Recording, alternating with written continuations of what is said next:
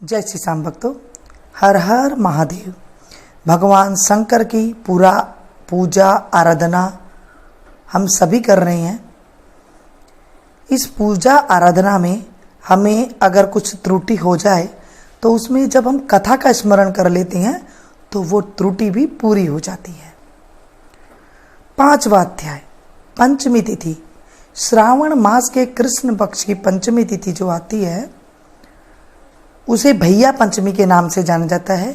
कहीं कहीं पे नाग पंचमी के नाम से भी जाना जाता है। जिनके यहाँ पर दोनों पंचमी मनाई जाती है, यानी कि कृष्ण पक्ष की और शुक्ल पक्ष की, वो दोनों पंचमी मनाते हैं। किन्हीं किन्हीं के यहाँ एक पंचमी मनाई जाती है, जैसे आज की पंचमी। भैया पांचे के दिन एक रात पहले मोठ और चने भिगोए जाते हैं, कथा सुनी जाती है। उसके बाद बायना निकाला जाता है। भगवान शिवलिंग पर कहते हैं नाग पंचमी वाले दिन अगर किसी को काल सर्प दोष हो तो वो नाग नागिन का जोड़ा भगवान शंकर पर अगर चढ़ा देता है, चांदी का हो तो अति प्रिय है, नहीं हो सुलभ नहीं है तो तांबे का भी, अगर आप नाग नागिन का जोड़ा चढ़ा देते हैं शिवलिंग के ऊपर तो कहते हैं कि काल सर्प दोष जिस मनुष्य के ऊपर होता है वह दूर हो जाता है। बोले शंकर भगवान की जय, माता पार्वती की जय। जब आप कथा सुने, कोई फ्रूट ले लें, कोई भी सिक्का ले लें, 10 का, 5 का, 2 का, 1 का रुपया, जितने सामर्थ्य हो आप उतने रख सकते हैं। और एक फ्रूट ले लें, हाथ में रख लें। थोड़े से चावल ले सकते हैं हाथ में। कथा सुनने के बाद 1 लोटा आप जल ले सकते हैं। कथा सुनने के बाद उस जो चावल है वो चावल को लोटे में डाल दें और फिर किसी क्यारी में डाल सकते हैं, या फिर सूर्य भगवान को भी आप अर्घ दे सकते हैं। या फिर आप सुनने के बाद उस जल को आप पी सकते हैं। जो चावल, फ्रूट और सिक्के रखे थे, इसमें से आप कोई भी एक चीज रख सकते हैं। जरूर नहीं है कि आपको सारी चीजें रखनी है।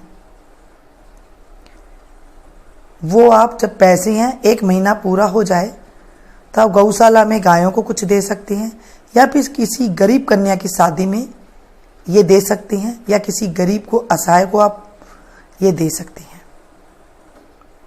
या अपने परिवार में, आपके घर में कोई ननद है, कोई घर में कोई ऐसा सदस्य है, आप देख रहे हैं कि वो थोड़े से कमी है उनके घर में, तो आप इस तरह से और रुपये उसमें सहायता करके उन्हें दे सकते हैं। अति पुण्य प्राप्त होता है। कोई भी नहीं है, ब्राह्मणों को दे सकते हैं। ईश्वर बोले, हे सनत कुमार, कोटि लिंग का महत्व तथा पुण्य का विधान नहीं कहा जा सकता।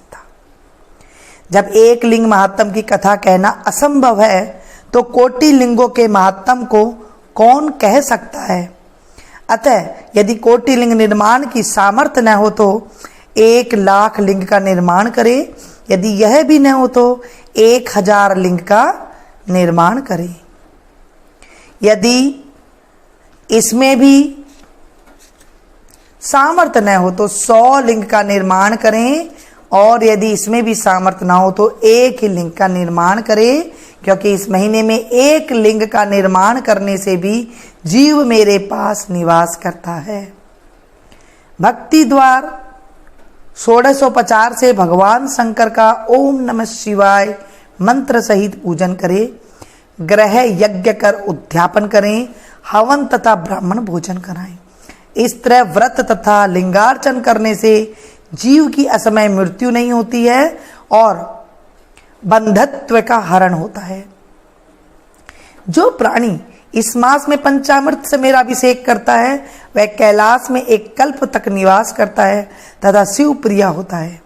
इस महीने में चावल नहीं खाएं।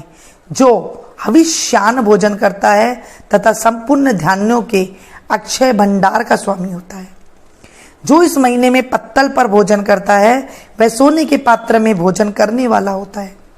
शाक त्यागने वाला मनुष्य में उत्तम होता है। भूमि पर शयन करने वाला कैलाश में निवास करता है। जो श्रावण में अति सुबह एक दिन भी नहाता है उसे 1 महीने के नहाने का फल मिलता है। इस महीने एक बार भी लिंगार्चन करने से 100 ब्रह्म हत्याओं का पाप नाश होता है। सूर्य ग्रहण, चंद्र ग्रहण या अन्य किसी सिद्ध क्षेत्र में लाख बार जप करने से जो सिद्धि प्राप्ति होती है वह इस महीने में एक बार ही जप करने से मिल सकती है। अन्य किसी समय में किए गए 1000 बार नमस्कार तथा प्रदक्षिणा से जो फल मिलता है वह इस महीने में एक बार ही करने से मिल जाता है। इस महीने में वेद पारायण करने पर सब वेद मंत्रों की अच्छी तरह सिद्धि हो सकती है। जो इस महीने में पुरुष सूक्त का 100 बार पाठ करता है वह ब्रह्म हत्या आदि पापों से छुटकारा पाता है। गुरु सैया पर पाप करने का भी यह उत्तम प्रायश्चित है। अतः इस महीने में बिना पुरुष सूक्त पाठ के एक दिन भी न बिताए। समीधा, चरु, तिल और घी से ग्रह यज्ञ करे।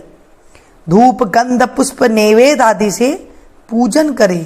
शंकर जी के रूपों का ध्यान कर कोटि होम, लक्ष्य होम तथा अयूथ हवन करे। तिलों का व्याहृति मंत्रों से हवन करे। इसी को ग्रह यज्ञ कहा गया है। हे सनत कुमार, अब 12 व्रतों को सुनो। सबसे पहले रविवार व्रत को कहूंगा, सो एकाग्रचित होकर सुनो। रमणीय प्रतिष्ठानुसार ने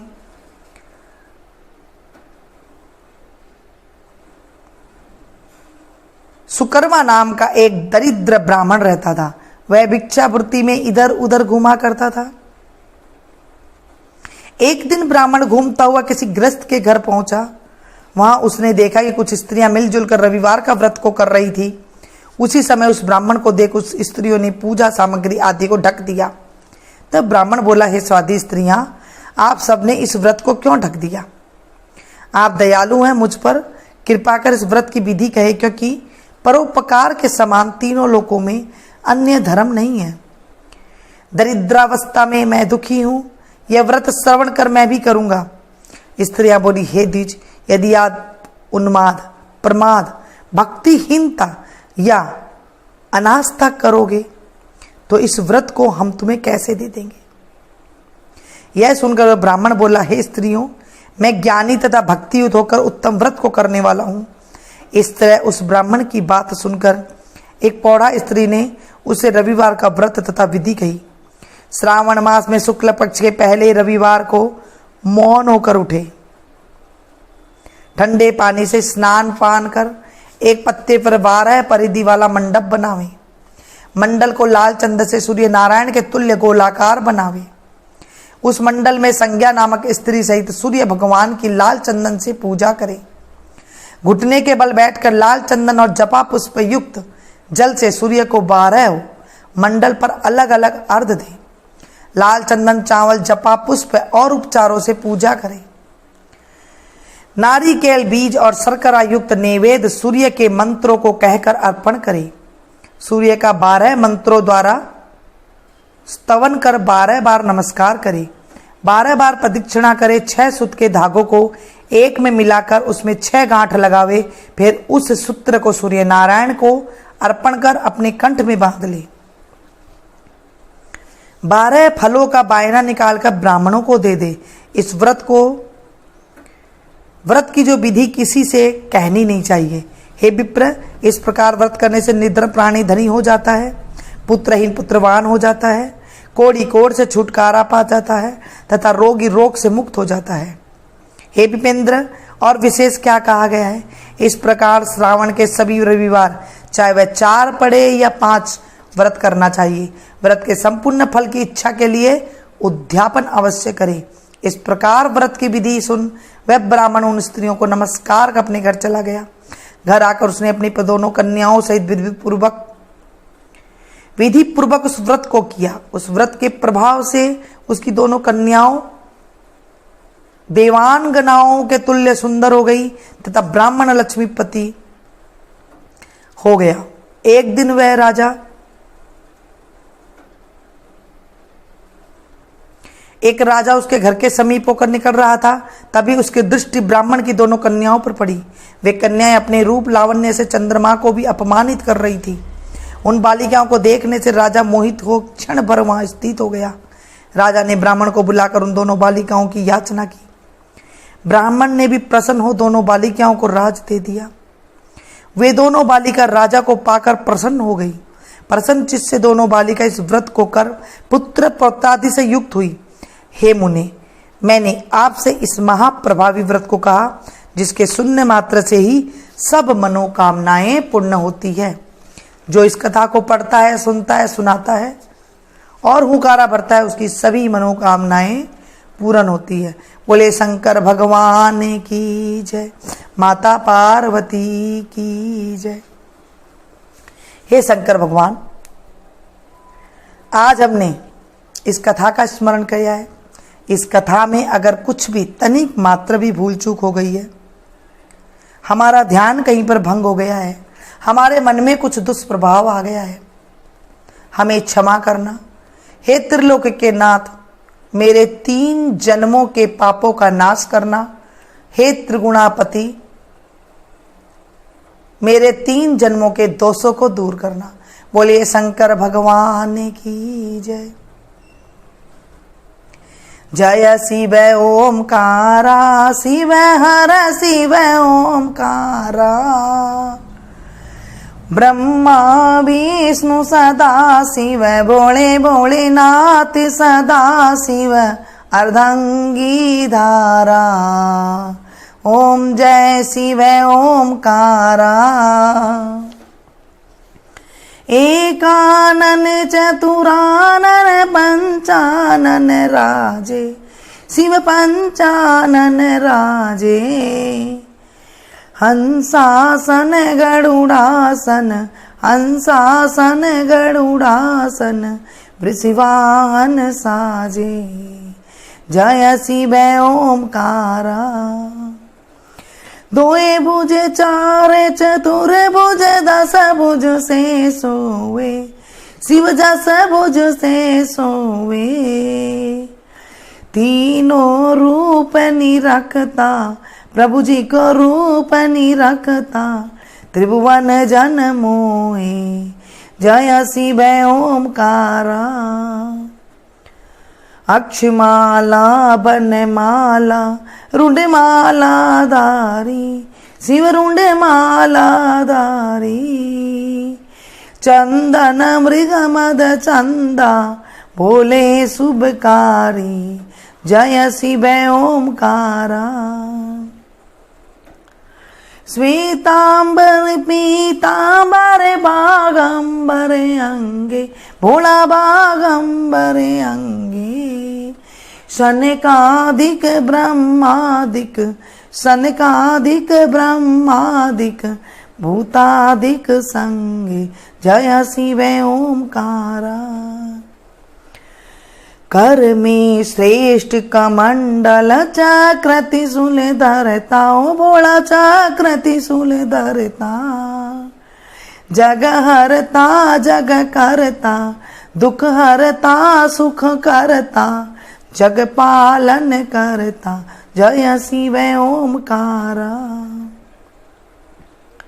ब्रह्मा विष्णु सदा शिव, जानते अविवेका, शिव जानते अविवेका। प्रणवाक्षर के मध्य, ओम अक्षर के मध्य, ये तीनों एका। जय शिव ओमकारा। त्रिगुणमय स्वामी जी की आरती जो कोई नर गावे, स्वामी प्रेम सहित गावे। कहत शिवानंद स्वामी, मन रटत हरिहर स्वामी, मन वांछित फल पा। जय शिव ओमकार, जय शिव ओमकार। शिव पार्वती का प्यारा, शिव शीस जटाधारा। जटा में गंगा विराजे, जटा में गंगा विराजे, शंभु मत वाला। जय शिव ओमकारा। बोले शंकर भगवान की जय। सांब सदा शिवाय नमः। तमेव माता च पिता तमेव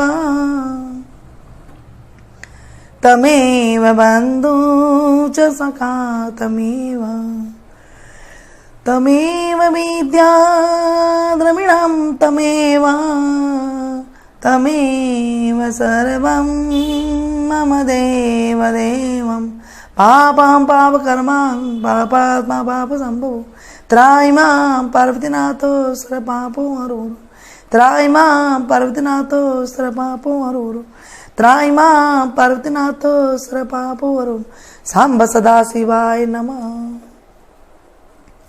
नमः शिवाय का जाप पूरे दिन करते रहे। हो सके तो मौन व्रत धारण कर सकते हैं। कलह कलेश नहीं करना चाहिए, किसी को अपशब्द नहीं कहना चाहिए, क्योंकि अगर हम व्रत करते तो बहुत अच्छी बात है, लेकिन व्रत ना कर सके किसी कारणवश तो आप इन नियमों का पालन कर लेते हैं, कथा का स्मरण करते हैं। कथा का स्मरण मात्र से ही हमारे 100 जन्मों के पाप कहते हैं दूर हो जाते हैं। कथा सुनते टाइम पे एकदम मन से सुनिए आप। नमः शिवाय का मन से मनसा से आप नमः शिवाय का जाप करते रहें। नमः शिवाय का जाप जब करते रहते और कथा सुनते रहते, उसका और भी हमें अधिक ज़्यादा पुण्य फल की प्राप्ति होती है। कथा सुनने के बाद जो जल आपने रखा है वो तो या पी ले, या सुबह सवेरे जो लोग सुन रहे हैं वो सूरज को भी अर्घ दे सकते हैं या खुद भी पी सकते हैं, शाम को भी सुन सकते हैं। जब आपके पास अच्छे से टाइम हो ना, तभी कथा को सुनना चाहिए, तभी हमें उसका अच्छा फल मिलता है। ऐसे नहीं कि ताड़ तबड़ करके हम सुन रहे हैं, यहाँ पर भागा दौड़ी है, यहाँ पर सब ऐसे बोल रहे हैं, इशारे में बात कर रहे हैं, ऐसे हमें कथा को नहीं सुननी चाहिए। अकेले कथा का श्रवण नहीं करनी चाहिए, या तो किसी से सुनना चाहिए या किसी को बैठा करके सुनाना चाहिए। इस तरह कथा का स्मरण करना चाहिए। अकेले कथा का अच्छा नहीं माना जाता है, इसलिए आप जब कथा सुन रहे हो तो आप इन नियमों का पालन कर सकते हैं।